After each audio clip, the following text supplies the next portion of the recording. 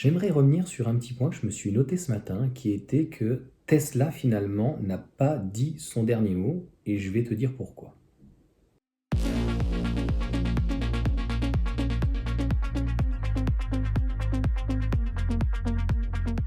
Donc on va remettre dans le contexte. Je t'ai fait, alors je vais peut-être te réintégrer toutes les vidéos, donc il y avait celle du mois de février, où de mémoire on était à environ moins 3%, je ne sais plus si c'était en France ou en Europe. Il y a eu donc moins donc 8% au niveau donc mondial pour Tesla. Et puis j'avais fait une vidéo en disant Tesla ne va pas pouvoir s'en arrêter là cette année parce qu'il va falloir trouver une solution. Et moi j'avais trouvé donc la solution, elle est très simple, c'est ce qu'ils avaient fait donc l'année dernière à la base, c'était pour les professionnels. C'est vrai que c'était pour les professionnels donc taxis essentiellement, pas que mais essentiellement pour les taxis, en disant voilà, on vous propose une grande autonomie, on va la passer en propulsion, ça vous suffit largement. Donc plusieurs choses positives.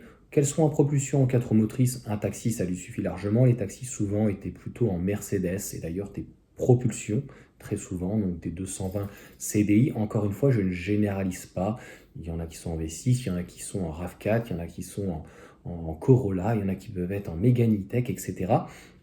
Mais c'est pour te donner une idée que ce que, en tout cas, Tesla proposait, c'était très intéressant, mais ça n'avait pas beaucoup marché au niveau des professionnels. Donc, 6 secondes 1, ça passait à 5 secondes 9, c'était le même moteur, mais on avait un véhicule en tout cas un petit peu plus rapide parce que malgré que ce soit une batterie avec une capacité plus grande, de mémoire c'est environ 77 kWh, et bien comme c'est une batterie nickel, manganèse, cobalt, elle a une densité pratiquement 2 fois plus puissante, en tout cas une capacité, et donc obligatoirement qui dit densité beaucoup plus importante, dit donc un pack batterie un petit peu plus léger. Donc c'est pour ça qu'on avait un véhicule un petit peu plus performant. Alors, finalement, comme ça c'était pas très bien vendu, je préfère en rigoler, donc ils ont décidé de les mettre aux particuliers. Alors là, ça s'est vendu comme des petits pains. Au moment où j'ai fait la réception avec AG Nord, tu vois, je vais te le marquer, eh bien, il n'y avait que ça. Alors on ne pouvait pas les louper, il n'y avait pas de marqué dual motor, mais à l'avant, donc qui veut dire 4 roues motrices, donc obligatoirement, et donc pas souligné une grande autonomie en modèle 3, mais à l'avant, elle avait donc entre guillemets le pack premium quand même, pas tout intégré. Le modèle 3, c'est très compliqué, la propulsion n'a pas le pack étendu, donc premium, contrairement au modèle Y, propulsion, grande autonomie ou performance, il n'y a pas de changement à ce niveau-là. Mais par contre, la grande autonomie donc en propulsion avait une particularité, notamment donc celle d'Akim que vous avez déjà vu donc en vidéo. Donc les anti-brouillards sont pas en option, donc ils sont apparents et ils sont effectifs, ils fonctionnent. Donc voilà en tout cas pour le modèle 3. Et j'avais dit, avec l'arrivée, alors c'est pas Cocorico, hein, que le Scénic, moi je trouve intéressant, avec une grosse batterie qui est éligible au bonus donc de 87 kWh. Je pense aussi, donc la grande autonomie bien sûr en propulsion est passée éligible. Donc il y a plein de personnes, alors au-delà des stocks, hein, elle était vraiment, il n'y avait pas besoin forcément de chercher, tu l'avais.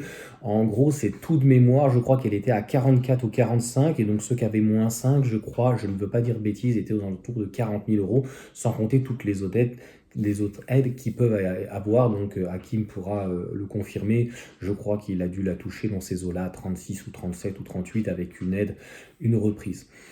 Donc sur le modèle Y, j'avais dit, les gens, des fois, ils sont un petit peu bêtes et disciplinés, peut-être un peu plus bêtes que disciplinés, qui est que ils vont voir 455 km WLTP, et malgré les qualités et ses défauts donc, du modèle Y, ils partiront peut-être donc sur un véhicule un peu plus petit, un Scénic, ou éventuellement même un 3008, mais ça peut être une ID4, ID5, ça passe pas logiquement, sauf s'il y a des offres ou quoi que ce soit, ENIAC, donc avec les 77 kWh de batterie, et puis donc le Ford Explorer notamment qui arrive, donc ils tournent tous à peu près aux alentours des 600, 625, 500, 550, en tout cas bien au-dessus de 500, 530 km d'autonomie, et donc 530 ou 620, 625 km d'autonomie, c'est pas 455 km d'autonomie.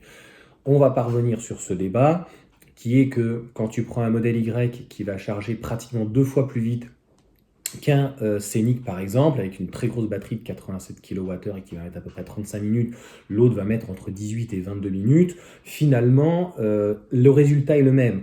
Le Scénic, lui, va s'arrêter, mettons, 2 fois sur 900 ou 1000 km, et le modèle Y va s'arrêter 3 fois, mais 20 minutes. Donc au lieu de t'arrêter 35. Donc 20 x 3, 1 heure, 35 x 2, 1h10, tu vois. Donc après, on va dire, oui, mais si tu sors du superchargeur, etc., toi, bref, ça suffit, arrête tes bêtises. Donc le modèle Y, ce qui peut vraiment le sauver, ce n'est pas que en France, hein, parce que toutes ces marques, il n'y a pas que des marques donc, françaises, je viens de le dire, il y a aussi des marques donc, essentiellement européennes ou américaines, et donc c'est des marques qui vont très très très bien se vendre en Europe, et donc si Tesla veut garder son leadership en Europe, je ne parle pas du modèle 3 mais du modèle Y, ben, la solution a été très simple, c'est qu'à Berlin, il suffisait de prendre la grande autonomie, de lui supprimer son moteur. J'avais fait vraiment une vidéo hyper explicative de mémoire, ça faisait 3 ou 4 000 euros, je crois que c'était 4 000 de moins le fait de supprimer le moteur, en tout cas c'est comme ça qu'il l'avait interprété. Donc aujourd'hui on a 2 000 euros de plus pour le modèle Y. De mémoire, il est passé de 51 grande autonomie à 53 000 euros. Et donc, bah, est-ce qu'il va falloir, dans ces cas-là, le passer à 47? Alors, c'est pour le coup Tesla Geek, donc Charles, qui en a très très bien parlé, qui avait une homologation. Donc là, on va plus loin que ma réflexion qui date de 3-4 mois. Donc, la question, par contre, qu'on n'a pas, c'est bien beau d'une homologation. Ça ne veut pas forcément dire qu'elle va arriver, ça ne veut pas forcément dire qu'elle sera partout. Et pour le moment, la grande autonomie et la performance ne sont pas éligibles. Donc, je ne sais pas pourquoi d'ailleurs, ça ne passe pas. A priori, c'est la batterie qui passe pas parce que le poids fonctionne, on est en dessous donc, de mémoire de 2 tonnes. Donc logiquement, la grande autonomie aurait dû en disposer. Mais force est de constater que avant, quand elle était à 51 000, des fois dans les stocks, on l'avait à peu près dans les 49, et bien ça passait pas.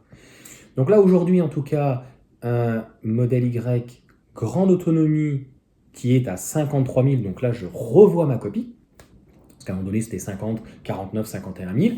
Donc tu imagines bien Tesla, par exemple, en fin de trimestre du mois de juin, ils ont déjà anticipé le trimestre le prochain trimestre, hein, t'inquiète pas, enfin du moins celui donc, du mois de juin, et puis indirectement l'autre semestre, si je pense aussi au semestre, mais je voulais dire donc bien sûr trimestre. Donc le mois de juin, 53 000, tu me suis. Mettons dans les stocks, ils font un petit moins 2000, ça l'a fait à 51. Et si tu lui retires donc 4000 euros de moteur à l'avant, parce qu'en gros c'est pratiquement que ça, eh bien tu te retrouves avec un véhicule qui, s'il était éligible, donc ça on va le savoir assez rapidement par l'État et les journalistes, donc pour le coup automobiles vont communiquer dans ce sens, on aurait peut-être une propulsion grande autonomie avec la batterie de la grande autonomie pour donc 40, entre 40 000 ceux qui ont super bonus et 43 000 avec, on verra bien à ce moment-là, est-ce que c'est de série la couleur blanche ou la couleur noire, ou est-ce qu'il y aura une autre couleur. Mais voilà comment ça se dessine, et c'est ce qui permettrait, donc en fin de trimestre, par exemple, ben, s'il y a eu du stock qui s'est accumulé à Berlin, à Shanghai, ou en tout cas ailleurs, alors elle ne pourra pas venir en France, elle ne sera pas éligible, celle de Shanghai, et elle venait avant d'ailleurs de Shanghai, et puis le modèle 3 aussi. Donc ça serait en tout cas une solution de retirer donc un moteur. Dis-moi ce que tu en penses. Selon les homologations, donc pour le coup de Tesla Geek, ce qu'il a mis, mais aussi sur Facebook, on parle de 600 km. Donc là, ça la rendrait pleinement. Un Scénic, on le sait très bien, est à de mémoire 625 ou 635, mais peu importe, un peu plus haut de 600 km. Le modèle Y sera 608 ou 606. Bref, tu m'as compris, un peu plus de 600 km, ça reste du théorique et du WLTP. Par contre, en termes de charge, c'est quand même le jour et la nuit. C'est-à-dire que l'autre, c'est 150-170 de pic et l'autre est à 250 kW de pic. Donc, clairement, c'est un véhicule. C'est pour ça que j'attends pour mon modèle Y. Parce que ce qui m'intéresse et ce qui est intéressant en fait dans cette grande autonomie propulsion, c'est que de 1, logiquement la batterie sera un petit peu plus légère par rapport à la berlinoise parce qu'entre la CATL et la BYD, donc le pack structurel est beaucoup plus renforcé bizarrement quand même, alors que c'est un pack structurel, 8 kg de plus. Donc ça voudrait dire que le modèle Y, grande autonomie, propulsion, sera plus léger en tout cas en pack NMC LG. Donc des meilleures performances. Est-ce que on va se retrouver comme les Chinois à 5 secondes 9 par exemple?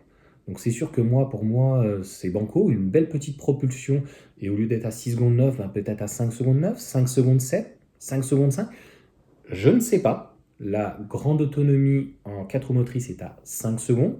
Après, est-ce qu'elle aurait option boost? Normalement non, puisqu'a priori c'est sur le moteur avant, vous m'avez dit, je sais plus, c'est 50 chevaux, tu sais, c'est pas une question de ne pas vouloir être précis, c'est qu'en fait on n'a aucune information. Quand tu récupères ta voiture, tu sais pas si c'est une batterie BYD, une CATL, elle fait 280 chevaux, 300, 349, 320, 300, voilà, on sait pas. Et la dernière chose, c'est notamment pour l'hiver, nous qui sommes dans le nord, on va dire, bah, en ce moment, c'est catastrophique, hein. Entre, on va dire, octobre-novembre et février-mars, eh bien les batteries, donc nickel, manganèse, cobalt, sont moins, on va dire, en tout cas, susceptibles en hiver. Donc elles sont moins fragiles, moins sensibles, et donc la régénération est bien meilleure. Parce que donc c'est pas un problème de moteur, le moteur régénère, mais si la batterie n'est pas en capacité de pouvoir récupérer de l'énergie, eh bien malheureusement ça se fait pas et on est obligé de freiner. Donc sur un véhicule de 2 tonnes où le freinage est assez moyen, donc c'est de gagner en hiver en termes d'agrément, la charge et puis d'autonomie, parce que ça voudrait dire une autonomie à l'américaine, à peu près entre 520 et 550, donc plus de 100 km de plus largement. Et donc moi par exemple en Vendée, bah, je pourrais y aller par exemple d'une traite sans aller au pipi room. Ou non, là par exemple, là où c'est très intéressant, c'est sur l'autoroute, si tu fais 700 à 900 km, et bien là tu pourrais pratiquement imaginer t'arrêter une fois ou vraiment 2 fois grand maximum, et de récupérer aussi les antibrouillards, logiquement. Donc ça serait le petit plus au-dessus. Je vais dire que les antibrouillards, ça peut être utile, hein, c'est pour ça que ça existe.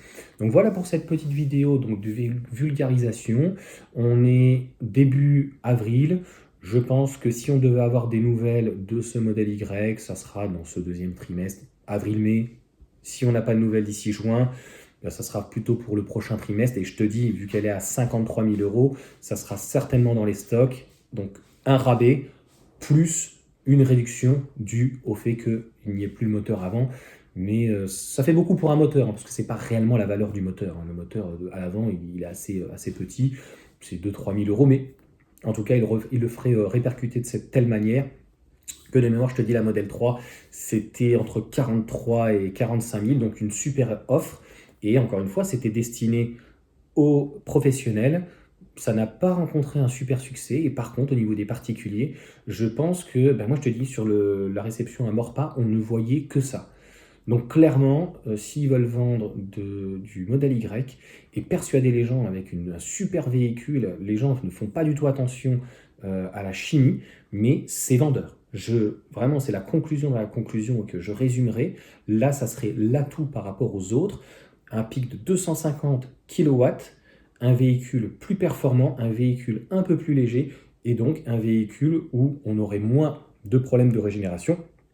Attention encore une fois, la NMC, il y a des précautions. On ne recharge pas la voiture à 100%, sauf vraiment quand on part le lendemain et qu'on en a besoin. On reste sur une plage plutôt de 20 à 80%. Je crois que j'ai l'impression qu'on répétera ça toute notre vie. Et on évite voilà, les décharges profondes, elles ne se feront pas parce qu'il y a un buffer. Donc il y a le véhicule, donc c'est toujours une batterie nette et brute en fonction de sa capacité, pareil. Donc il faut quand même éviter d'être en dessous des 10-20. Pareil, si tu pars, donc tu fais 1000 km, tu pars à 100%, tu la vides tout de suite ta batterie. Et si tu arrives à 10%, il n'y a pas mort d'homme, c'est pas grave du tout, et de faire des superchargeurs non plus. Mais c'est très mauvais voilà, de la laisser à plus de 80% pendant quelques jours ou plusieurs heures pour rien. Et c'est pas non plus très bon si par exemple tu pars pendant, je sais pas, un mois. Il y a plein de personnes qui sont en France métropolitaine et qui partent dans les dom-toms ou X raisons pendant des retraités pendant un mois ou un mois et demi qui vont voir de la famille à l'étranger ou quoi que ce soit. Tu la laisses à 60% et tu enlèves, pareil, le mode sentinelle, c'est un petit peu mieux parce que sinon, même avec 40% de réduction du mode sentinelle qui devra arriver, c'est-à-dire à peu près 4 à 5% par jour, tu fais le calcul, au bout donc de dizaines de jours, tu n'auras plus de batterie, même si elle ne détecte rien, même si tu la mets dans ton garage, il fonctionnera ton mode sentinelle. Voilà, il y aura tellement de choses à dire donc sur des précautions et des choses à faire. Donc voilà en tout cas pour cette batterie NMC. Et J'aime bien la batterie LFP pour ses autres qualités. Elle supporte beaucoup mieux le chaud. En cas d'accident, c'est vrai qu'elle est beaucoup moins, entre guillemets, inflammable parce qu'elle a une beaucoup moins densité. C'est un petit peu comme un téléphone portable, hein. Les téléphones portables ont une très très grosse densité et très peu de cycles, à peu près 500 cycles. Une batterie NMC, c'est entre 1000 et 2000 cycles. Ça va dépendre en fait de ton usage et comment tu vas la conserver. C'est comme un moteur, concrètement. Et dernière chose, donc des vidanges, etc. Et comment tu vas en prendre soin de ton turbo. C'est toujours en fait une question de soin. Et les batteries LFP, ben, en fait, c'est l'inconnu. On va être entre 3, 4, peut-être 5, peut-être 6000 cycles. Donc, puisque on parle finalement de dégradation, et à partir de 1000, 1500, 2006, c'est vrai que les batteries NMC ont tendance à se dégrader d'une manière beaucoup plus forte que les batteries donc lithium fer phosphate. Voilà, on aura un petit peu débordé donc sur ce sujet, mais je pense que c'est bien donc toujours d'en reparler. Cédric m'a renvoyé une vidéo donc de quelqu'un qui fait des vidéos aussi, donc c'était il y a 4 ans, sur les différences de chimie et le buffage, les buffers, etc. qu'il y a, donc les sécurités par rapport aux décharges profondes et le fait aussi de ne pas aller trop dans la batterie, de ne pas trop la charger. Et ça, c'est quand même important parce que je le voyais moi notamment sur les MG4 où les gens qui ont des Luxury, c'est obligatoirement une batterie CATL NMC, donc nickel, manganèse, courage, et tous les jours ils rechargent à 100%. Et honnêtement, si tu n'as pas besoin d'utiliser 400 km de la batterie, bah, il vaut mieux faire un 20-80. Même si tu utilises la totale, si tu utilises 60%, que de faire un 40-100. Il vaut mieux faire un 20-80 tous les jours. Et il n'y a pas de problème, et elle va s'user d'une manière naturelle. Et voilà, la batterie, en tout cas, si on peut dire, si on pourrait considérer qu'elle souffre, elle souffrira un petit peu moins et elle aura une meilleure longévité. Il faut penser à nous, il faut penser aussi aux autres et donc à la revente. Voilà pour cette vidéo en tout cas. J'espère que ça vous aura plu. Et puis, bah écoute, on verra bien. Hein. Affaire à suivre concrètement. C'est pas moi qui décide, mais c'est une vidéo que j'avais fait, je dis, depuis très longtemps, qui, pour moi, c'est une évidence. Supprimer un moteur, on s'en fiche à la limite qu'il y ait des anti-brouillards et de faire un véhicule qui soit éligible. Et là, franchement, clairement, pour moi, c'est le carton de l'année. En Europe, c'est le carton de l'année. Il n'y aura personne qui pourra tenir Tesla à ce niveau-là. Allez, sur ce, ciao.